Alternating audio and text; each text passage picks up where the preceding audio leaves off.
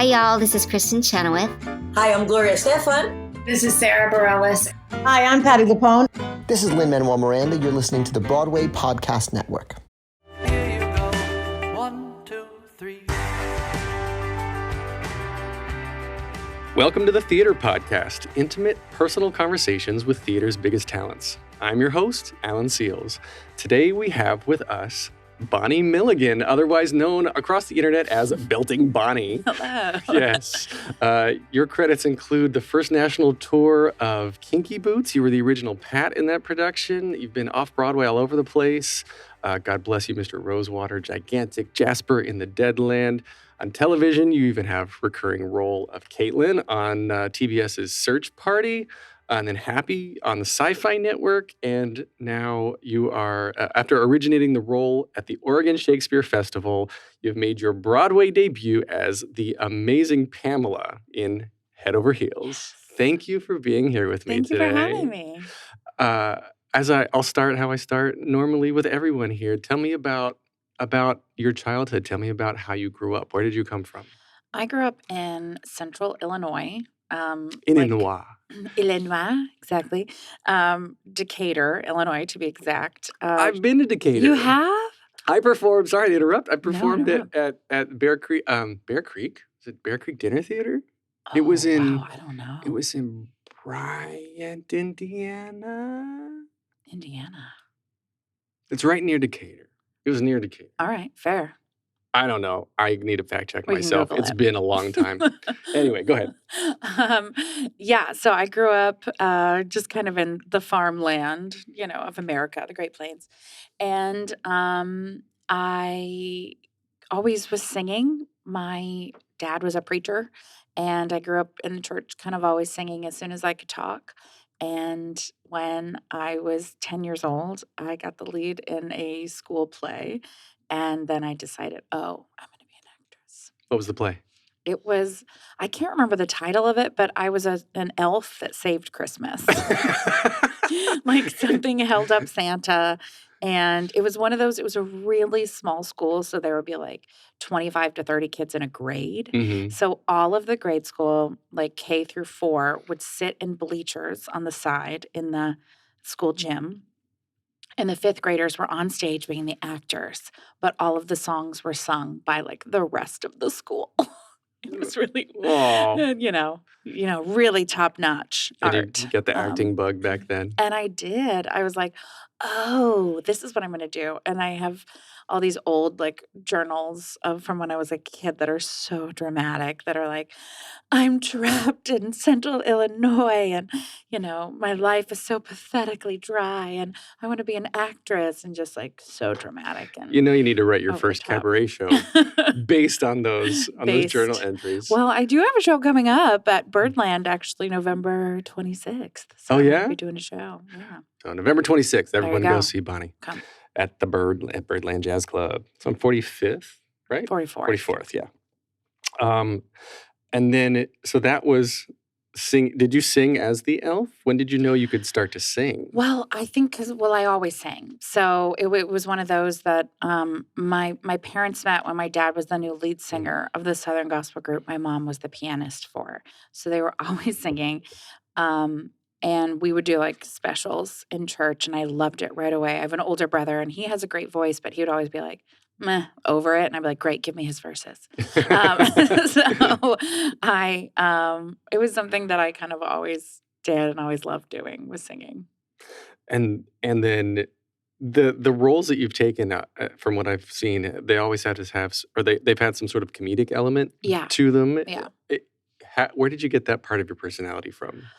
I don't know. My dad's a funny guy. He was always he always was joking, and he's I cannot talk, an entertainer. And so I think that's where I kind of first learned comedy and making people laugh, and then, people liking you when I kind of got, like, I was around 10 when I don't know if it's like baby weight that all of a sudden hits at 10, but I got a little bit chubbier and I didn't want to be made fun of. So I thought I'll be the funny kid and then people will like me and I'll be popular that way. And so I kind of did self-deprecating humor at like 10 years old. But I did, and then I became popular because I was fun to be around. So it started then for sure when I was like a kid. And then, you know, the people that I look up to are the strong character actress comedians, you know, like Carol Burnett, Madeline Kahn. I love, you know, just strong, funny, hilarious women in musical theater world, you know, like Faith Prince, Beth Level, um, Deb Monk, all the good ones. Yes. Yeah. I enjoy. Actually saw Beth in the prom Oh very yeah, I recently. gotta see Just that. blew me away. She's hilarious. You need to go see that. Yeah. Maybe someone can help you out with that. There you go. But I want to touch back on. You said you're doing self-deprecating humor, Yeah. and then I'm going to touch on this later on in the podcast here as well about giving representation to plus size women. Yeah. But when you did start to say you put on weight, did who you change? How am I trying to ask this? I guess your view of yourself, did that change on your own, or did it change as a response to how people were they treating you any differently? I don't think so. I mean, again, I came from a really small town, you know, so it wasn't a lot of people. The town didn't have much money. We certainly didn't have much money. I grew up in like a double wide trailer. Mhm. And so I always knew that there were things that, you know, I hated the trailer. I hated that, but it was something that I was always provided for. Nobody kind of there was like one time I had a friend kind of jab at me for it. Like they wanted to come to my place and like, well, you're the only one that has a license plate on your house. Mm. And always being kind of aware of it. But so there were certain things like that. And my parents both struggled with their weight. So I remember thinking that was sort of my lot in life. Mhm. And I even look back at pictures of myself and I wasn't even all that big, especially through the years when I hit high school. And I think, you're so beautiful. And I did not see it because I wore clothes that had two numbers, not one. And everybody else had one number. So it was that always making sure that I was in charge of my story. And if it was going to be funny, then I was going to make it funny. And you're not laughing at me, you're laughing with me, Mhm. kind of a thing. And I remember, you know, even as I got older, different friends would be like, Bonnie, you're not fat. Like, what are you talking? I'm like, whatever, you know. So that was kind of, that was there from the beginning, and watching how my dad did that about himself and how he spoke and made jokes about being the big guy, and then everybody thinking he was so hilarious and so fun. So that's where I kind of saw it early. And then as a preacher though, did he incorporate that into his into what he was saying? Yeah, I think it would be like, you know, he always had jokes. He's a really funny guy. So his messages, that's where a lot of people actually liked. He kind of traveled around and he would guest do sermons and stuff. And people always liked having him because he was really funny and relatable and um, a really kind of down to earth guy Hmm. that loved everybody he ever met and, you know, was just a nice guy. So I kind of took that example of also being kind about everybody around me and embracing everybody around me and trying to make everyone feel comfortable. Um, yeah, I don't know. So you were 10-year-old elf, and Georgianne, yeah. Yes, Georgia, and you said, "I want to be on Broadway." Yeah. And did everybody say, "All right, let's help you," or were they saying, "There's no way you're going to get there"? Well, like it started off, so then once I decided this is what I'm going to do, I started thinking about what can I do locally, you know? I don't know where all of this came from, but I would remember looking in the paper and being like, "Mom, can we go to this audition?" And somebody, I don't remember how I got involved with this summer program that Decatur did called the Best of Summer Stock, which BOSS, boss. And their Milligan University is in town, and they have, it's kind of like a show choir they call the Park Singers. And they ran this program where it was just essentially musical theater camp for kids, but kind of show choir camp in a different way. And so I started doing that. And, you know, my grandma paid for me to go and she would take Mm. me every day. And it was really great. And that's how I kind of also got involved in like the local children's theater there. And And then, they got me into musical theater camp for when I got a little bit older. And then as soon as I could drive, I was doing like community theater productions as well as my school productions. So I was like always doing a show. And I think, my mom especially was always just somebody that was like just said yes and was like, okay, and never said that's not going to happen for you. Um, was just kind of let me have like the big dreams and let me do all the things along the way, which was really great. And, especially coming from a really small town, everybody's like, well, you're really talented. And kind of, I think, had hopes for it, but nobody said that's not going to happen for you. Wasn't really until later in college when it got a little bit like some voices of it's going to be hard for you because of your weight and you might not make it. But it took a while for me to kind of hear that Hmm. because people were pretty encouraging along the way as I was growing up. So you said in college people started, I guess, trying to reality check you, for a Yeah. lack of a better phrase. Did that dissuade you at all, or were you like, screw you guys, I'm going to do this anyway? I there was one incident that happened. It was with somebody that just meant a lot to me, and it was like over drinks that had said, "It's not going to happen for you." And this person is who I really, really looked up to, and so I was devastated. And the next day, they were very like, "I'm so sorry. It was the vodka, and I don't think that." But it was like, "What? Why would you say that?" And you know, I I forgave her, and I thought, "Okay, yeah, yeah, yeah." But it wasn't honestly until years later I really realized what those words had planted in me. This like idea of that was a premonition, like a truth rather than like an opinion of somebody that you're like, okay, whatever. I'm different and it's going to be different for me. That someone that I trusted with everything that said, and said it with, I love you. And this is why I'm telling you this of fear. And of course, there was all the insecurities that you have inside yourself anyway, that fed into that I think kind of snowballed that first when I moved to New York, I didn't really go for things. Like I think maybe I would have, and who knows, like maybe I always would have been a little scared and not, gone for it as much because I didn't have a leg up like a lot of these college programs too. You have a showcase in New York, and that means agents and people come and see you. And we didn't have one of those because mine was a liberal arts degree from Ohio State that focused in acting, not musical theater. And I loved my program. I begrudgingly went in the first place because they gave me all my money, and again, I didn't have any money growing up. So, it was one of those things that wasn't honestly, it was like 4 or 5 years after I'd moved to the city that I realized, "Oh my gosh, like, I haven't been doing this," and I didn't realize what those words really did mean to me that that was kind of a devastating thing to realize what I had allowed to permeate my, like, self-worth and, confidence. So, I kinda got into therapy to start thinking, like, how can I find that girl again that loved herself and believed in herself? Or did that part of me die? Or can I find it again? Or just find a way to move on from it? And, I can't recommend therapy enough No, because me neither. it's just I mean, It's so helpful, it is. Yeah. Life's hard.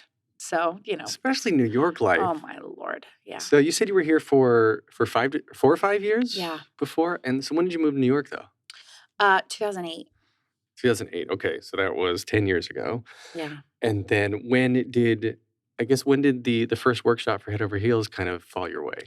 That came 4 years ago. So that came in 2014. We did the very first reading of Head Over Heels. It was here in the city? It was, yeah. And then, okay, so you did the reading here, Yeah. and then it got success at an Oregon festival? Yeah, so then they did the world premiere a year later in 2015 at the Oregon Shakespeare Festival. And so after the reading, I booked the first national tour of Kinky Boots.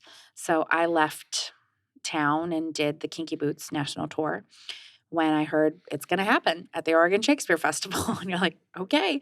So I put myself on tape because it's a rep company, which you you don't just do one show, you do at least 2, if not 3. hmm So I had to audition, and then I got the part. So I left the Kinky Boots tour at the very end of March, and I went out to Oregon, and was out there for 6.5 months, where we developed and worked on it and performed it for like 4.5 months in rep. And I guess I'm putting this into perspective for people who may not know about the show or might not have seen it. A show that is on Broadway that has so much unique representation that we haven't seen before, premiering at a Shakespearean Yeah. festival because it's a jukebox musical of Go-Go's music. hmm Why did it work for Shakespeare, I guess is Well, what yeah. our book is a lot of it's in iambic pentameter. It's mostly free verse or iambic pentameter, so it sounds a little bit more what you would think of Shakespearean. And Mhm. there's many Shakespearean tropes. It feels like one of his comedies, Midsummer, where you have people in the forest and meeting lovers and mistaken identity and kind of magic and all that It's Elizabethan within it. costumes. Yeah, yeah. So it's kind of an Elizabethan sex romp mashup with a book. It's based on Sir Philip Sidney's Arcadia, which was in the 1580s. So you have a book from the 1580s with the music of the 1980s, and somehow it works. Well, speaking of sex romp, I want to sidetrack real quick and talk Yeah. about Cuff Me. Yes. The 50 Shades of Grey musical Yes. parody Yes. off Broadway in 2013. Yeah. I don't know if I had I call it the pleasure of seeing it. Did you enjoy that? It What was that? such a it was my off-Broadway debut. It was the first thing that I had done off-Broadway, and it was so fun and ridiculous. There were 4 of us actors, and 2 people that played Anna and Christian, and then the other 2 of us that were kind of the clowns that we were 2 New Jersey housewives, like, we're reading about the book at a nail salon. It was an old woman trying to buy, like, supplies, and, I was her inner monologue and, her roommate, and it was one of those crazy, like, 80-minute shows where you just go, go, go, and they parodied pop songs, and I would have, like, 4 costumes on at one point because I was, like, in a, onesie with things underneath and things Mhm. underneath to make a quick change, and it was just one of those shows where it was so fast and furious, and they allowed a lot of kind of improv, and I love that improv nature. I'm just really having fun, and I did it with really funny people. So we would have a lot of like the middle-aged Jersey ladies coming in. That was really our crowd. And we did it at the Actors Temple, which is funny because it's an active temple, doing 50 Shades of Grey. Cuff me. Oh, like a religious temple. Yeah, yeah, yeah. Wow, Yeah. that's That also amazing. doubles as like a theater. Would you consider that your weirdest job? I mean, that was a pretty crazy job. Yeah, I think that was and we toured it a couple times. We went to Texas, we went to Florida, Texas. we went to Boston. Yeah, for like a week. You would just go and do like a week of shows. And it was really funny and really crazy. We were at like the Boston Opera House doing Cuff Me. I kid you not. I just imagine these pent up housewives that are just coming in and being like, "Don't tell my husband that I'm here, Oh but my I'm gosh, really it was so enjoying good. this." A lot of bachelorette parties. It was a good time. Oh yeah, I'm sure. Yeah. I'm sure that's incredible. So getting back on track. Yeah. October 21st, 2018, Head Over Heels was the 100th post-opening performance. Yeah. And I found a quote online of something else you said once. You said, "Many scoffed that we wouldn't even make it to here, proud to be taking down the patriarchy, rejecting the binary, exploring the gender spectrum, representing so many, and celebrating queerness on Broadway." What does all of this all of this behind the show? It's so unique. It's so representative of things we don't see. What does this all mean to you? Like you, the person.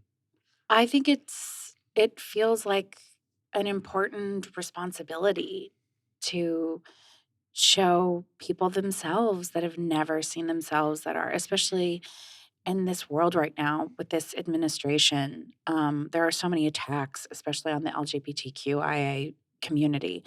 And it's devastating and it's so hard. And I meet so many people at the stage door that are, especially young queer kids and non-binary kids, that are just like sobbing, saying, I never thought I would hear they pronouns like in a Broadway show. And what we're doing is celebrating um, queerness and celebrating finding your true authentic self and identity and embracing it and embracing acceptance for other people. And I think it's a message we need right now in this world that day by day feels scarier Hmm. and harder to think, how are people letting this happen?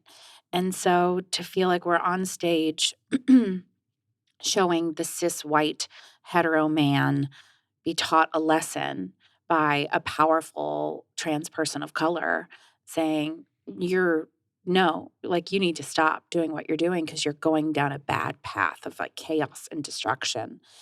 And because we're set in Elizabethan kind of a time period, it feels like a fairy tale and it feels far enough away that um, you can embrace this magic and this ideal situation of this man actually learning his lesson Hmm. and feeling like he needs to change.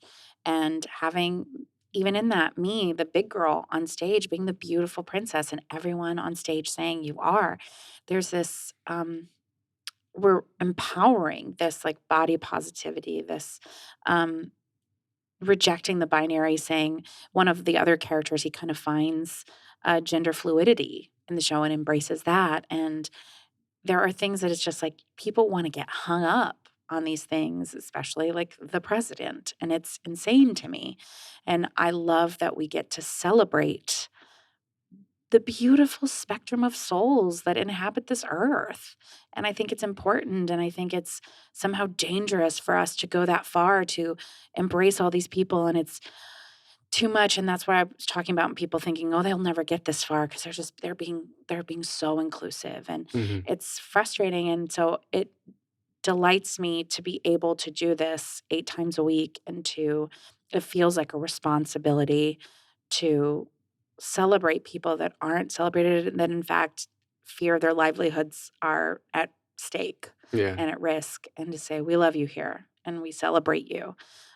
Beyond allowing you to be here, you're a part of this world, and it's, you know, loved and also normalized in a way too. It's not, just to have it there. We love and appreciate the people that inhabit our Yeah. world.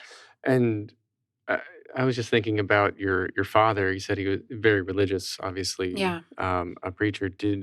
Uh, did you hear? Did I guess I grew up in a small town where there was a. It was the middle of Bible Belt, North Yeah. Carolina. There's a Southern Baptist church on every corner, and because I didn't go to church with somebody's daughter, I wasn't allowed to date them, and Mm. like everybody different was Yeah. just wrong. So this is my own past coming back Yeah. to I guess color my question, but did you does your father support any of these views? Do you guys agree? Like is he open-minded when in He like is open-minded. You know, the thing that is amazing that I do feel fortunate about, like with my parents and especially my mom, is I've saw when what you if you look at Christianity and like Jesus and stuff, he to me it was very like liberal, and that's what like a lot of problems he had. And I'm not very religious myself. Um, I do believe in God and all of that, but I look at my mom who acts like actually a Christian and she loves everyone. And we went to go vote Hillary together, and she actually acts with that kind, open heart. And that's one thing that I never, growing up, I never saw my dad um, rejecting anyone or putting his nose up to anyone or saying they're not right for this and that. I saw a lot of people in the church do that. yeah. And that's what I have a problem with religion and the hypocrisy of so much, especially right now that's happening. And I don't know. I can't say what my dad votes. You know what I mean? But I know how I've watched him act, and I hope that, you know, it's hard because I think politics right now, it's put a good amount of distance between me and a fair amount of family that I love dearly, that I know what your heart is. And I don't know, he never told me who he voted for, which makes me think, Yeah. Yeah.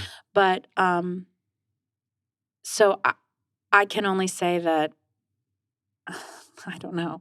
It's how you act, and so much of that hypocrisy is what I have a problem with. But I know that I learned compassion and love, and he embraced everyone he ever met.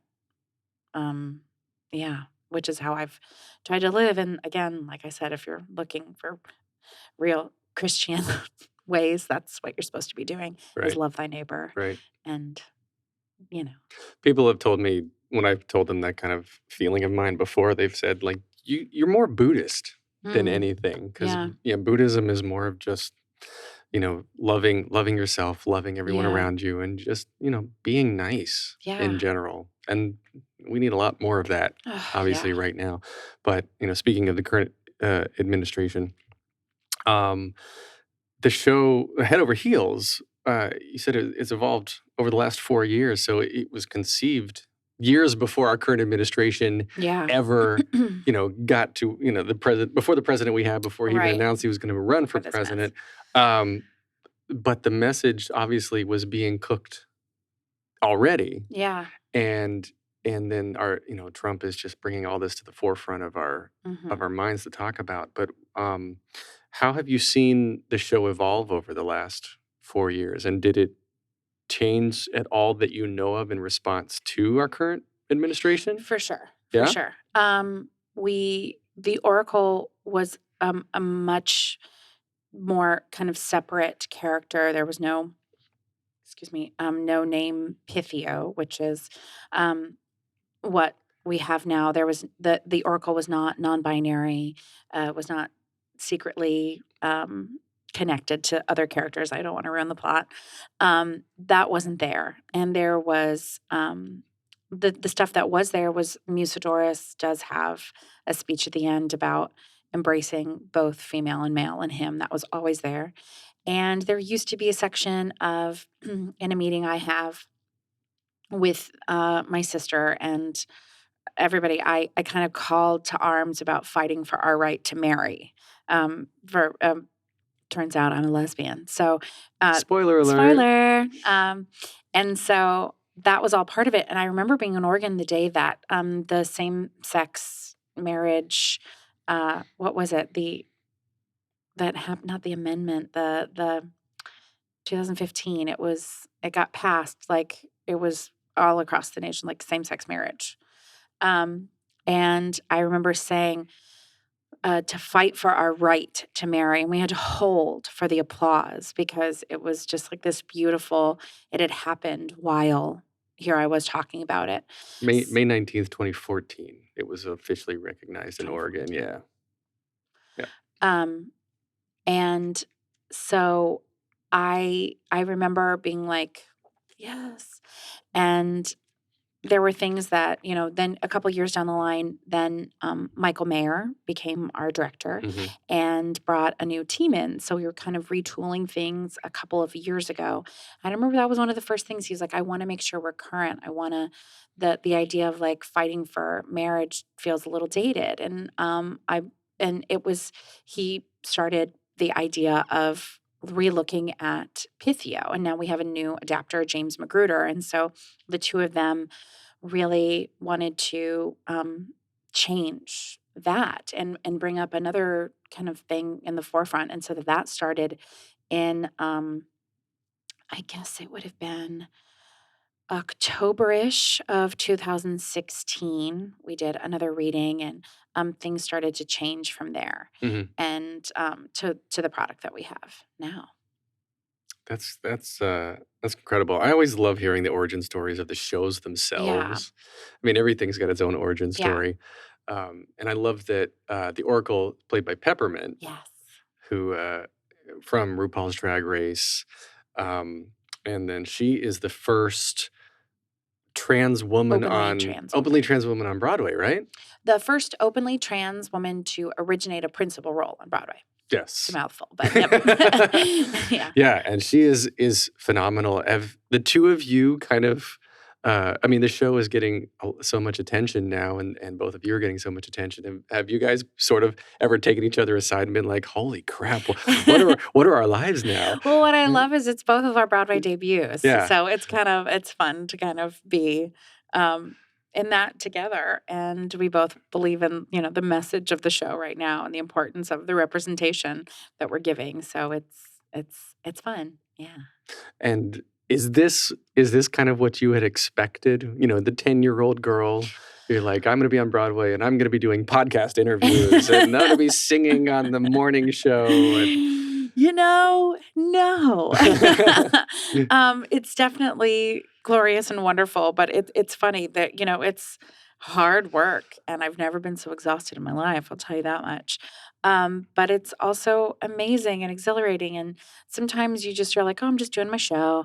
And other times it kind of strikes you, oh, I'm on Broadway right now, and it doesn't go past me how important like the show is, but also like the step in life that here I am and it actually happened. It's funny to like have the different people throughout my past reaching out to me. Now, I just had like a high school friend come into town with her husband and she came to the show and she was like, I always knew. And it was just like really sweet and cool. I'm like, wow, and we'd taken a trip when we were like 16 years old to the city together. And here we were, she was watching me on a Broadway stage. And we saw our very first Broadway show together. oh, really? So What was your first show? Rent. Nice. Yeah. That was I think that was my first show too. Nice. Came up in high school. Yeah, I saw Rent and I saw Aida that trip. Yep. Yeah, that was the same time. Yeah. I saw Les Mis. It was Rent and Les Mis, I think I saw that trip. You talked earlier about some of the feedback or the people coming up and commenting to you outside the stage door afterwards.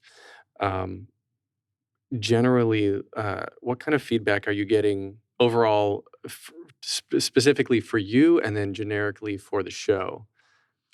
I definitely get a lot of just the other night, a girl, came up to me and she was a bigger girl and curly hair and she's like, I can't tell you what it means for me to see someone who looks like me on stage.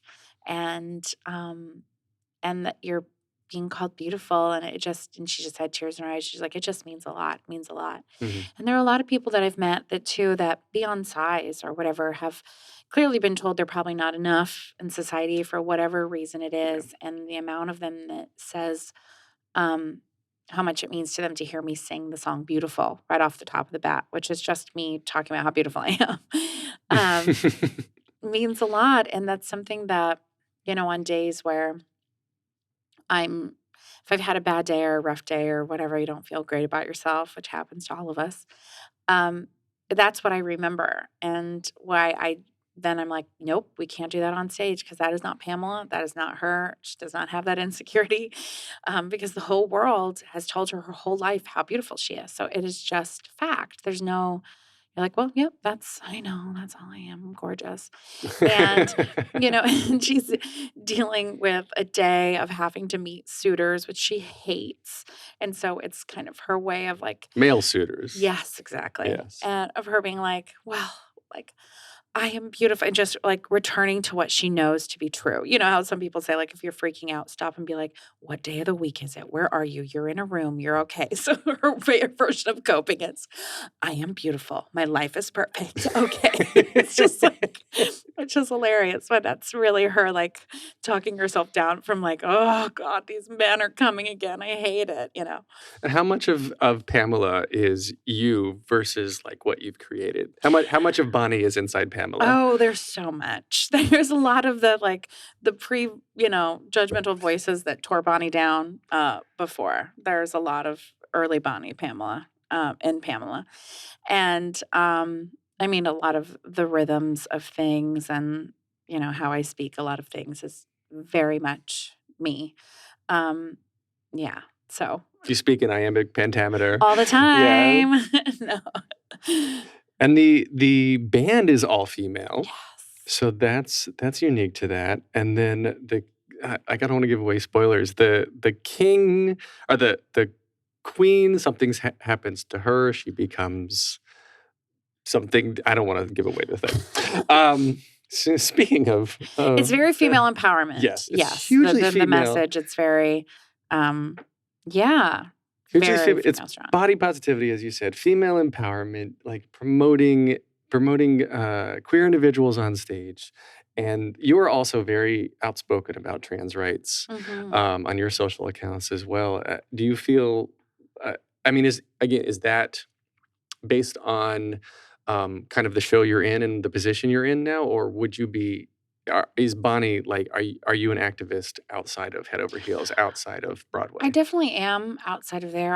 I was always that kid that I remember, um, you know, saying stuff to my mom and like tear-filled eyes of just, and I think theater immediately, like in small town, I met more diverse people than in my small town in Ohio or Illinois that I could, um, then when you meet more people and you realize there's a bigger world outside of your own experience, it is like your duty to be a voice for others that don't have a voice, like to be an ally. And I learned that at a young age.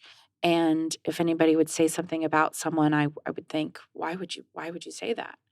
And so, especially moving to New York and everywhere, there's everybody and that you could think of, like religion, color, sex, gender, sexuality, all these different identities in this world that we ride the subway together every day. Yeah. You stand on a platform next to all these people. And so why are your rights more important than theirs? And I now having a platform, I think I should use it. Like the people that don't, it kind of baffles me. Like if you have hundreds of thousands of followers and you're a star of a Broadway show and you don't have anything to say about all these shootings and all these things that the president's saying and White House doctoring videos and, trans rights being, possibly taken away. And you should say something. And if you don't say anything, like, what are you doing? And I don't understand. And there are people that don't. And I don't have that many followers, but I'll do what I can and I'll use the voice I can. And I will try to spread a message of love and light and acceptance and to say that if you're feeling scared, I don't know what I can do, but I'll do all I can to fight for you. And, you look at history and you look at when we talk about the Holocaust. And I remember being in high school and thinking, how could people let that happen? Like, even if how could you let that happen? Or you look back at civil rights and you're like, why were people letting this happen? And I feel like we're closer to that, now. And I think, well, I'm not just going to sit back and be complacent because it doesn't affect me. I'm going to use my voice in any way that I can. And if I'm called upon, then I'll do whatever I can because I think that's my right, not my right, what I need to do as a human being. Is what we all should do is stick up for each other because the world needs all the array of people that we have. It's shitty if you just don't. Like, you need to be a decent human being, and that's the only way we can come towards change. And when that, New York Times article came out about Trump trying to define gender as your genitalia at birth and all of these steps towards trans erasure, I was texting with Peppermint, who is a dear friend and colleague and star and a human being who's in fear for her rights. Yeah. And it's not okay. And what hatred causes people to be scared of Peppermint, who's the sweetest, nicest, kindest, most open, loving human. And you're really going to fight for her to what? It just blows my mind. And so, yeah. It seems like it's all based in fear. In fear. And unknown. And I think like you and I had very similar paths around the middle school, high school age of growing up being in these small towns, but because we were involved with theater, Yeah. the theater kids Yeah. are always such this eclectic bunch of differences. Yeah. And so I felt I felt the exact same way. I was also the computer nerd, so I had a double whammy. Before Yeah. computer nerds were cool, Yay. computer nerd and theater nerd. Yeah. So I got picked on a lot. Mm, And I was super skinny. yeah. And you give me a big pouty face. Um, Well, I probably got bullied. yeah, I did. I did. Yeah. And so it's never made sense to me why anybody wants to purposely make somebody else feel like that. Mm-mm. And I just don't get it. I think it's fear. And the people that I know, especially from back home, home being North Carolina, who I've actually, same with me, I've actually lost some of my older friends and parents of friends Yeah. because they're just so like, well, this is right because I'm white. And like, Mhm. that doesn't make any sense to me. No. It doesn't make a damn bit of sense. But anyway, here we are. Who do you think you would actually be if you hadn't been part of Head Over Heels? Who would Bonnie be? Who would Bonnie be? An actress looking for a job. I probably would have done the Kinky Boots tour a lot longer. I meant more emotionally Emotionally. or yeah, Oh, inner wow. image. So I Um, imagine Pamela has allowed you to like accept your own beauty, as you said. Yeah. Yeah. For sure. Um, yeah, my life would be a lot sadder, I think. Um, it's I feel like I've learned so much in this process of, the show and being the only person to have been with it from the beginning and riding that roller coaster. I've learned so much. And I've met such amazing people that are so integral and important in my life that I just can't imagine. Like the woman who played my mom in Oregon is one of my dearest, dearest friends. And she's kind of like my theater mom. Mhm. So she's really my mentor in a lot of ways. And God, I can't imagine life without Miriam. She has kept me off the ledge in so many ways. Yeah, it would be a lot sadder. Yeah. Wow. What do you think you're the most proud of so far in your career? Your career is actually your Broadway career is just starting. You will have many more decades. But what are you Yeah. proud of so far? I mean, I'm really proud of this. I'm really proud of this show, and what we're doing, and the album that we got to make. I mean, that's a lot of bucket list stuff that I've gotten to do with this show, and the lives that I feel like we're really changing. I'm very proud of that. And if you could pick any role in a show to just in general, you could say, I want that role, give it to me now. What would you pick? I want that role. Give it to me now. Oh gosh, I feel like existing things. So I always say, I mean, they're bringing here, I'm sure they're using their West End girl, but I've always wanted to do female Bobby and Company. Very good. Yeah. And then just a quick plug for you as we're wrapping up here. You will, when are you going to do Escape at Dannemora? And what is that? Yes. Okay, so it's a new miniseries that's coming out on Showtime that Ben Stiller directed. I've heard of him. It's, he's an up-and-comer. Yeah. They have an amazing cast. It's led by Benicio del Toro and Paul Dano. They play a few years, I think it was 2015, there were 2 prison escapees up in the Finger Lakes, up at Dannemora. So that's what this is about. And Patricia Arquette plays the corrections officer who helps them escape. And David Morse, Bonnie Hunt, one of my personal heroes. We didn't have any scenes, but the fact that we're in an episode at the same time, I'm pretty jazzed about. So your filming's all done already? Yeah. Yeah. I filmed it last year. So I did 2 episodes. There's 8 total. I play a waitress named Bitsy.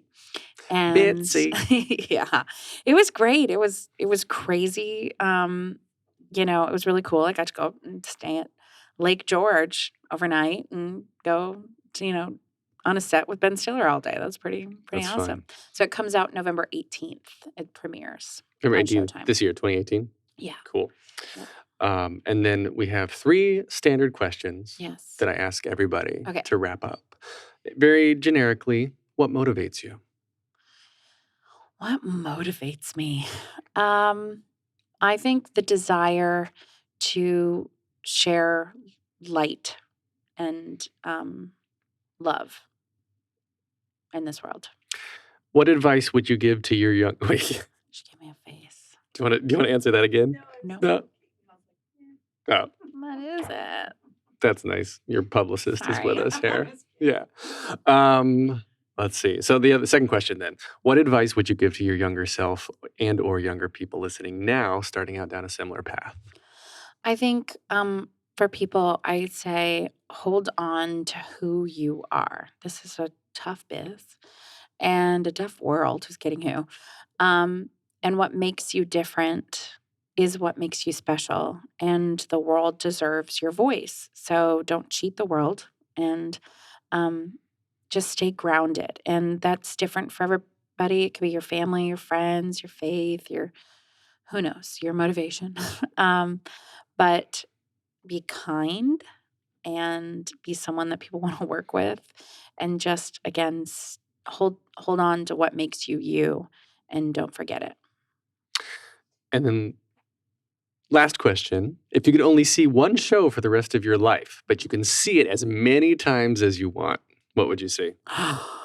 What? Oh my God. Oh my God. If I could see one show but as many times as I want, that is so hard. Oh, how dare you. Oh, I mean, I feel like I never saw it, but I wanted to see it live. Was like the original cast of Ragtime. Oh my God, that's what I would love like original cast of Ragtime. That like album is everything. Oh my gosh. You know what I've also been listening to recently, and I lived for it, was Disaster that happened a couple years ago. If I wanted one like art's sake, that, but if I could have two, the other would be Disaster, because I saw it 3 times. It made me so happy. And the album is still so good. And it makes me laugh. And it's just, that's what I would do. Thank you for being here. We can Thank you. find you on Twitter at Belting Bonnie, on Instagram at Belting Bonds. Yeah, it's a little more casual. More cash on Yeah. the Instas. And anything else? YouTube or Yeah, anywhere I'm else? I'm all Yeah? over Yeah? the YouTube. Oh, right. Yes, I'm all over YouTube. I'm also on Search Party on TBS. Yep. I play Catherine, Chantal's sister, and I just shot for season 3 too, which is coming out. They're filming now. Mm-hmm. So look for that on TBS. And Wonderful. That's life. And Wonderful. then Birdland, November 26th. That's right. And then you can find more of me and the Theater Podcast at theater_podcast, both on Instagram and Twitter, or facebook.com/official theater podcast. You can also listen and subscribe via thetheaterpodcast.com. Please give an honest review everywhere you get your podcasts. Of course, we are produced here by Jillian Hockman. And a big thank you, as always, to Jukebox the Ghost for this music you hear underneath us right now. Bonnie Milligan, thank you so much for talking today. Come see Head Over Heels at the Hudson. It's so a good. good time. I promise you'll leave feeling much lighter than when you came in. Thank you. Thanks. Take a deep breath, make the world a little colorful.